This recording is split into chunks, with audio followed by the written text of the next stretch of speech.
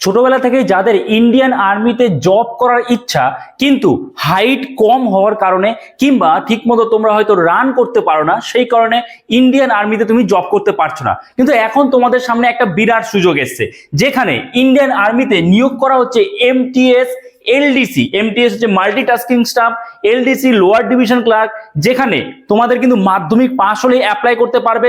তোমাদের কোনো রকম কোনো হাইট লাগবে না, কোনো হাইট নেই, no height no run, no height no run, ঠিক আছে? কোনো হাইট লাগবে না, কোনো রান লাগবে না, তোমরা কিন্তু এখানে অ্যাপ্লাই করতে পারবে এমটিএস এবং এলডিসি। এমটিএস হচ্ছে মাল্টিটাস্কিং স্টাফ, এলডি হচ্ছে এলডিসি লোয়ার ডিভিশন ক্লার্ক, এছাড়া স্টেনোগ্রাফার, আরো বিভিন্ন ধরনের পোস্ট রয়েছে।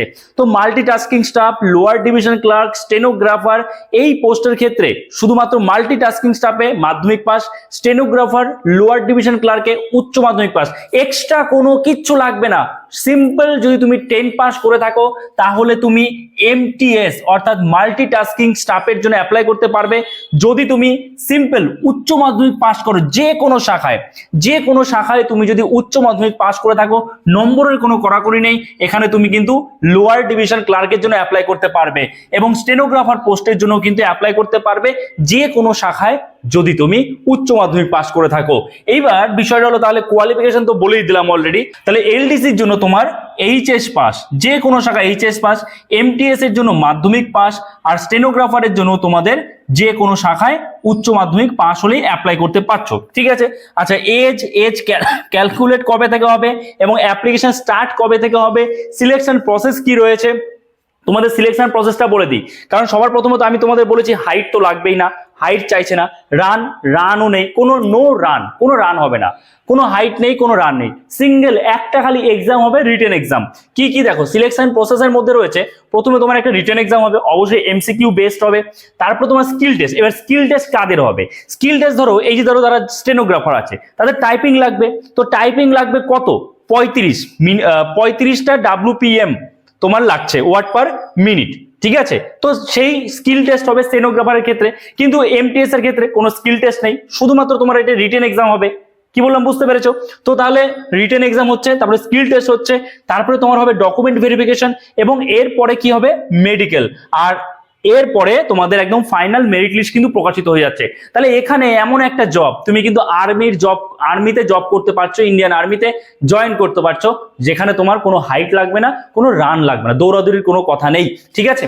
আচ্ছা, তো এই তো গেল তোমার সিলেকশন প্রসেস, কিভাবে তোমাদের সিলেকশন হবে, কি ডকুমেন্টস লাগবে, সেই ডকুমেন্টস গুলো একটু খুবই গুরুত্বপূর্ণ, সেটা একটু দেখে নাও। কি এডুকেশনাল কোয়ালিফিকেশন সার্টিফিকেট আছে, সেটা লাগছে তোমার। কাস্ট সার্টিফিকেট, যদি তুমি কোনো SC ST OBC থেকে বিলং করো তাহলে সেই কাস্ট সার্টিফিকেট লাগবে। এছাড়া লাগবে তোমার আধার কার্ড সার্টিফিকেট। আচ্ছা, আরেকটা এখানে লাগবে ডোমিসাইল সার্টিফিকেট লাগবে, যেটা আমি এখানে লিখিনি, ডোমিসাইল সার্টিফিকেট লাগবে, ঠিক আছে? এখানে লিখিনি আমি, তো ডোমিসাইল সার্টিফিকেট লাগছে। 2 কপি পাসপোর্ট সাইজ ছবি লাগছে, এবং অ্যাপ্লিকেশন ফি এর জন্য কিন্তু তোমাদের এখানে 100 টাকা দিতে হবে। এটা সবাইকেই দিতে হবে, SC ST OBC জেনারেল প্রত্যেককে 100 টাকা অ্যাপ্লিকেশন ফি দিতে হবে, ঠিক আছে?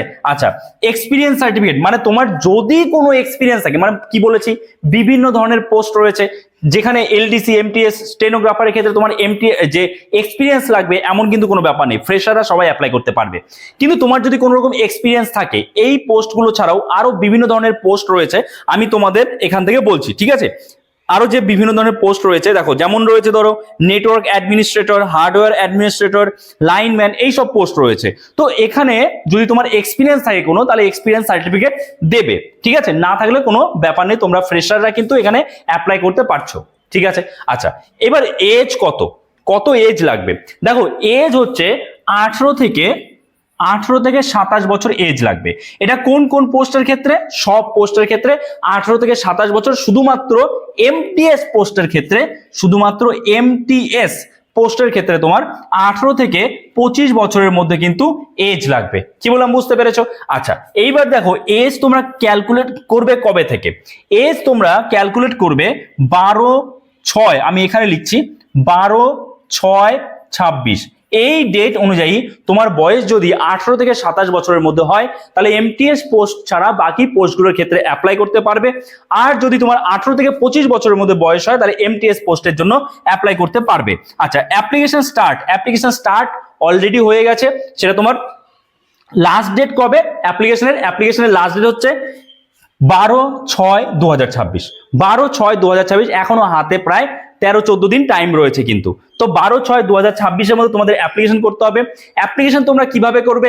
অ্যাপ্লিকেশন তোমাদের করতে হবে কিন্তু অফলাইনে। তোমাদের কিন্তু বাই পোস্টে পাঠাতে হবে। কোন ঠিকানায় পাঠাতে হবে? তোমরা অন স্ক্রিন দেখতে পাচ্ছ, এই ঠিকানায় কিন্তু 12/6/2026 মধ্যে তোমাদের অ্যাপ্লিকেশনটা পাঠাতে হবে। উপযুক্ত যে ডকুমেন্টস গুলো আছে সেই ডকুমেন্টস গুলো দিয়ে সেলফ অ্যাটেস্টেড থাকতে হবে তোমার প্রত্যেকটা ডকুমেন্টস এর মধ্যে, মানে জেরক্স কপি যে থাকবে সেলফ অ্যাটেস্টেড কিন্তু থাকতে হবে। আর 100 টাকা ডিমান্ড ড্রাফট কাটাতে হবে তোমাদের পেবেল অ্যাট এটাতে তোমার 100 টাকা ডিমান্ড ড্রাফট কাটাতে হবে, স্ক্রিনে তোমরা দেখতে পাচ্ছ।